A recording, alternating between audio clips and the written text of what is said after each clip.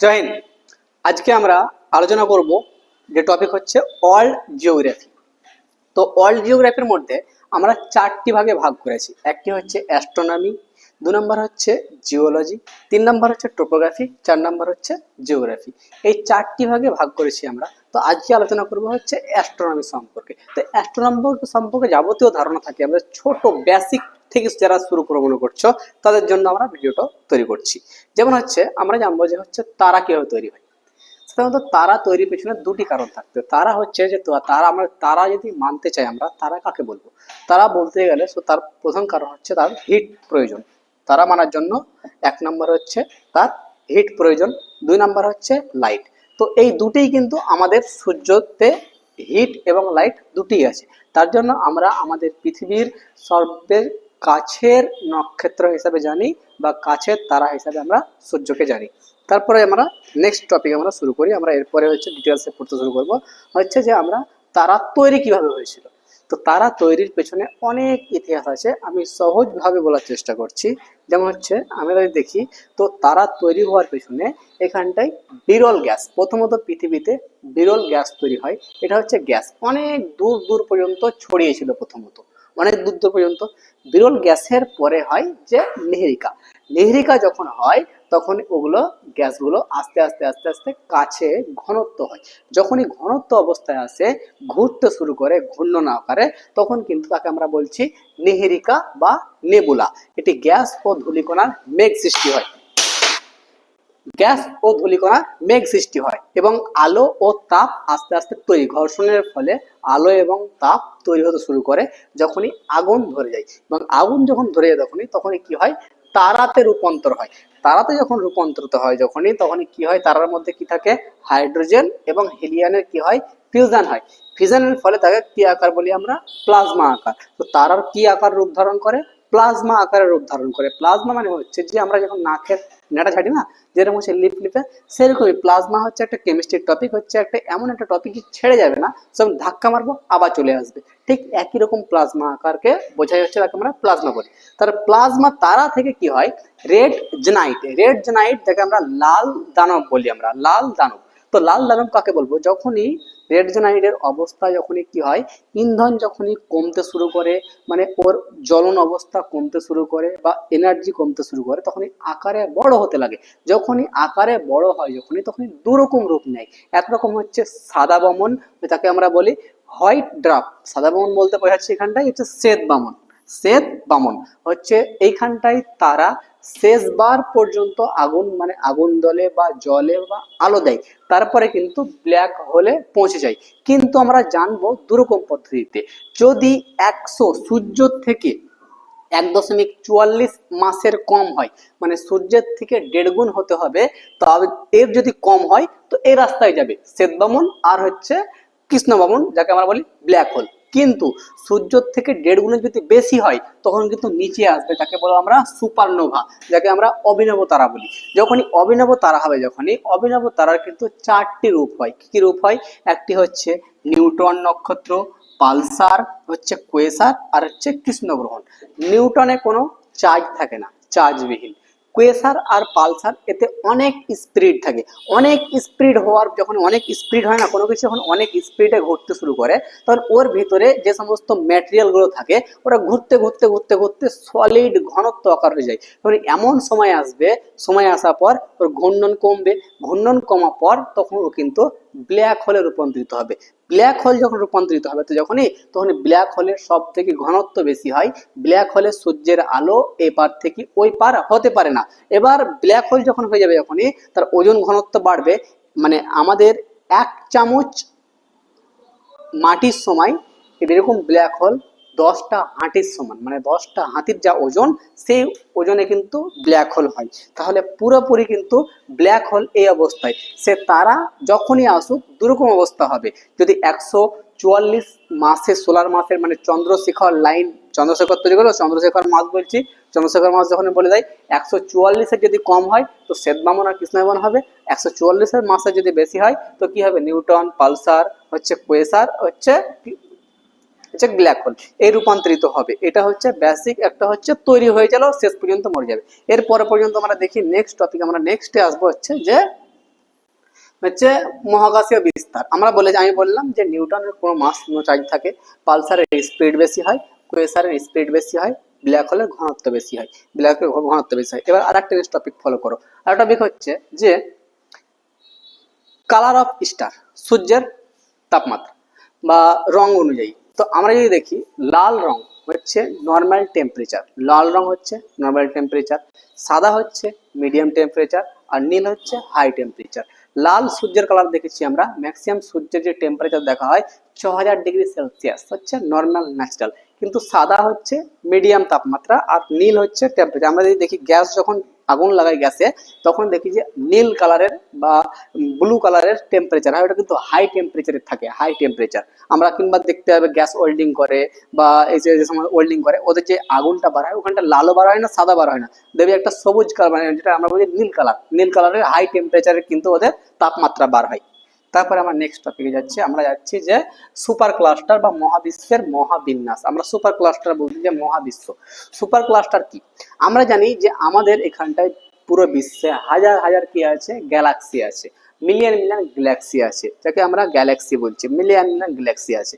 কিন্তু super cluster আছে, মহাকাশীয় গ্যালাক্সির ক্লাস্টার বলা হয়, অনেক হাজার হাজার কোটি কোটি ক্লাস্টার আছে। কিন্তু আমরা যে ক্লাস্টারে থাকি, এবার এখানটায় বলছে যে পৃথিবীতে কোটি কোটি অনেক ক্লাস্টার আছে, তার মধ্যে আমরা একটা ক্লাস্টারে থাকি, গ্যালাক্সিতে থাকি। সেই গ্যালাক্সির নাম আছে, সেই গ্যালাক্সিতে সূর্য আছে, সেই গ্যালাক্সিতে নক্ষত্র আছে, সেই গ্যালাক্সিতে গ্রহ আছে, উপগ্রহ আছে। তো আমরা একটা ভাগ করে যাই, এবার আমরা এখান থেকে একটা গ্যালাক্সিকে তুলে নিয়ে চলে এলাম। আমরা একটা গ্যালাক্সিকে তুলে নিয়ে আসার পর দেখলাম আমরা একটা গ্যালাক্সির মধ্যে তিনটি, কিন্তু আমাদের এখানটায় কি আছে, তিনটি। একটি গ্যালাক্সি যখন তুললাম আমরা, তাহলে একটি গ্যালাক্সির মাঝখানে তিনটি আকাশগঙ্গা আছে। কয়টি আকাশগঙ্গা আছে গ্যালাক্সির মধ্যে?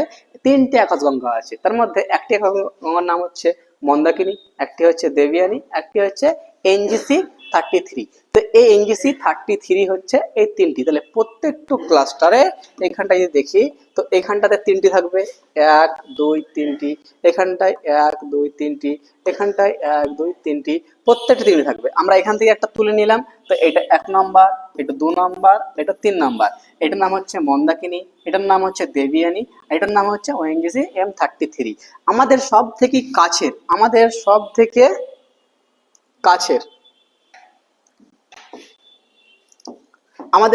থেকে কাছের হচ্ছে আকাশগঙ্গা হচ্ছে দেবিয়ানী, সব থেকে কাছের প্রথম। দ্বিতীয় কাছের আকাশগঙ্গা হচ্ছে NGC-30, দ্বিতীয় হচ্ছে NGC-30, দ্বিতীয় আকাশগঙ্গা। এবং আমরা মন্দাকিনীকে মিল্কি ওয়েও বলি, মন্দাকিনীকে আমরা মিল্কি ওয়েও বলি। এখানে দেখো সুপার ক্লাস্টার দৃষ্টি এবং সর্বদা হচ্ছে তিনটি, এক হচ্ছে মন্দাকিনী, দেবিয়ানী, NGC-33। এই তিনটি আমাদের আকাশগঙ্গায় আছে। আমরা যে আকাশগঙ্গা থেকে সে নিয়ে আলোচনা করব, তার নাম হচ্ছে মন্দাকিনী। আমরা এবার নেক্সট টপিক, আমরা মন্দাকিনীতে যাব। মন্দাকিনীর মধ্যে কি কি আছে? তো মন্দাকিনীর মধ্যে দেখবো আমরা, মন্দাকিনীতে ঢুকলাম আমরা এবার। মন্দাকিনীর বিস্তার। মন্দাকিনীতে আমরা দেখলাম যে মন্দাকিনী আমাদের যে নিজস্ব গ্যালাক্সি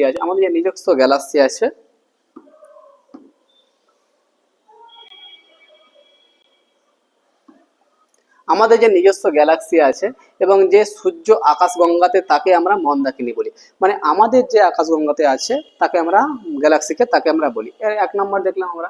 2 নম্বরে হচ্ছে মন্দাকিনীর আকৃতি। আমাদের যে মন্দাকিনী আছে তার আকৃতি হচ্ছে স্পাইরাল, এর 3টি ঘূর্ণনীয় মান আছে, 1 2 3টি ঘূর্ণনীয় মান আছে। 4 নম্বর, নতুন তারা যদি বাইরে থাকে, এটা হচ্ছে নতুন তারা যদি বাইরে থাকে, সূর্য বাইরে এবং বাহুতে থাকে। মানে এই নতুন তারা যদি বাইরে থাকে, তো সূর্য কি থাকে, বাইরে থাকে, মানে চার্জ, নেগেটিভ পজিটিভ চার্জের ব্যাপার থাকে, সে বাইরে থাকতে পারে। এবং হচ্ছে 5 নম্বরে মন্দাকিনীর কেন্দ্রীয় অংশতে বলা হয় ব্লোজ। এই মন্দাকিনীর কেন্দ্রীয় অংশ আছে তা হচ্ছে ব্লোজ।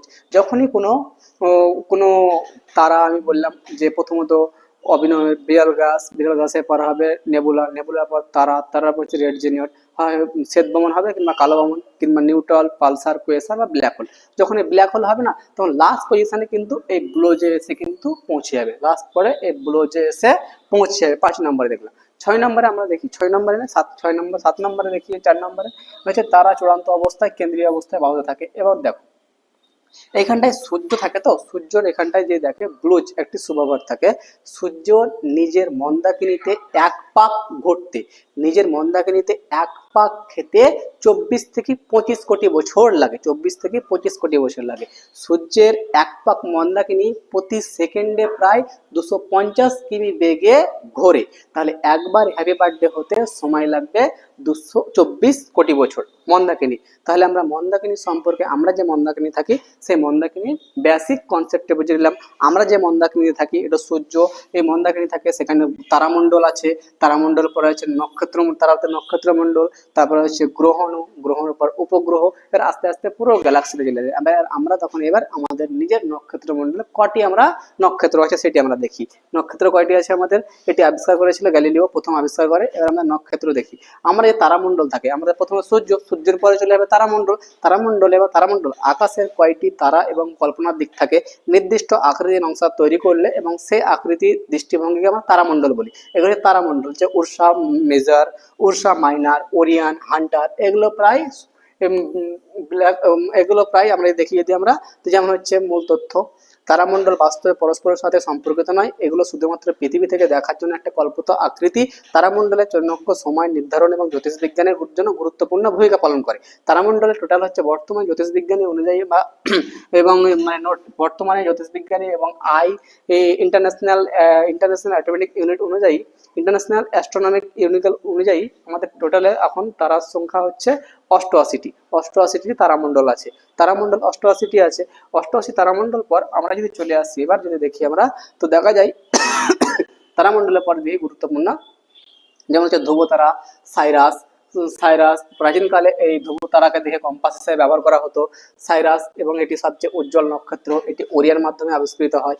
ছোট উর্সা, উর্সা মেজর, এটি 60টি তারার একটি দল। তারপরে হচ্ছে দেখি আমরা হান্টার, ওরিয়ন, এটি দেখতে শিকারীর মতো, এটি হচ্ছে পুরোপুরি শিকারীর মতো নক্ষত্র। সূর্যের কাছাকাছিকে নক্ষত্রের দল বলা হয়, যে সূর্য থাকে তো সূর্যের কাছাকাছি নক্ষত্র থাকে। এই নক্ষত্র থেকে জ্যোতিষী কাজে আসে, জ্যোতিষীতে নক্ষত্রটাকে ভাগ করে দেয়, যে 12 ভাগে ভাগ, মানে এক মাসে সূর্য তো ঘোরে, তো সূর্য পৃথিবী 12 মাসে এক ভাগ ঘোরে, তো সূর্যকে 12 দিয়ে ভাগ করে দেয়, তা 30 ডিগ্রি করে পড়ে, এবং নক্ষত্রকে 27টিকে ভাগ করে দেয়, 2.5 করে পড়ে দেখো এখানটায়। এবং বলা হয়েছে 27টি ভাগ করা হয়েছে। আমরা দেখি উর্সা মেজর, এখানটায় 60টি তারা নক্ষত্রের একটি দল। এটি ভারতীয় জ্যোতিষবিজ্ঞানীতে 28তম ভাগ করা হয়েছিল, কিন্তু এখানটায় কয়েকটি প্রধান নক্ষত্রের চিত্রা, বিশাখা, রোহিণী, হচ্ছে বিষভান, এইসব নক্ষত্র কাজ করে। সূর্যকে এক মাসে ঘুরতে সময় লাগে, মানে প্রত্যেকটা নক্ষত্র পালন করে 2.25টি নক্ষত্র অতিক্রম করে। কয়েকটি প্রধান তারামণ্ডল হচ্ছে ওরিয়ান, উর্সা মেজর, উর্সা মাইনার, হান্টার এবং হচ্ছে কসমিক, এগুলো হচ্ছে প্রধান, ওরিয়ান, উর্সা মেজর, উর্সা মাইনার এগুলো। তো আমরা প্রধানত বেসিক আমরা যদি দেখি, যদি আমরা যদি কনসেপ্ট দিতে আমরা ক্লিয়ার করি, তো কনসেপ্ট ক্লিয়ার হচ্ছে আমাদের প্রথমত আমাদেরকে আকাশগঙ্গা থাকছে, প্রথমত আমাদের আকাশগঙ্গা থাকছে। আমি যদি হোয়াইট বোর্ডে যাই, তো হোয়াইট বোর্ডে যাওয়ার পর প্রথমত আমরা যদি দেখি, এটা হচ্ছে পুরো বিশ্ব, ব্রহ্মাণ্ড,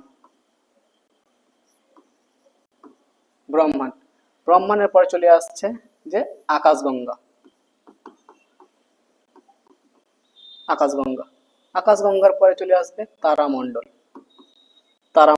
তারামণ্ডলের পরে চলে আসবে নক্ষত্র পরে চলে আসবে গ্রহর পরে চলে আসবে উপগ্রহ।